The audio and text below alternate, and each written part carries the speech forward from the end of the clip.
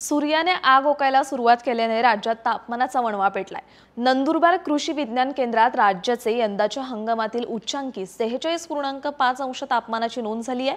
आज 12 एप्रिल रोजी विदर्भ मराठवाड्यात वादळी पावसाची शक्यता असल्याने दक्षतेचा इशारा हवामान विभागाने दिलाय। उर्वरित राज्यात ढगाळ हवामानासह उष्ण व दमट हवामानाचा अंदाज कायम आहे। शुक्रवारी म्हणजेच काल 11 एप्रिल रोजी सकाळपर्यंतच्या 24 तासांमध्ये नंदुरबार कृषी विज्ञान केंद्रात देशातील उच्चांकी 46.5 अंश तापमानाची नोंद झाली।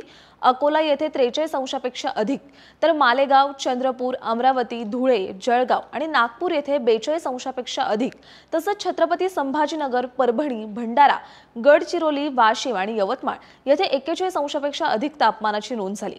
आज 12 एप्रिल रोजी मध्य महाराष्ट्रातील छत्रपती संभाजीनगर, जालना, बीड, विदर्भातील गोंदिया, भंडारा, गडचिरोली आणि चंद्रपूर जिल्ह्यात वादळी वाऱ्यासह पावसाची शक्यता असल्याने दक्षतेचा इशारा देण्यात आलाय। उर्वरित राज्यात अंशतः ढगाळ आकाशासह उष्ण व दमट हवामानाची शक्यता हवामान विभागाने वर्तवली आहे।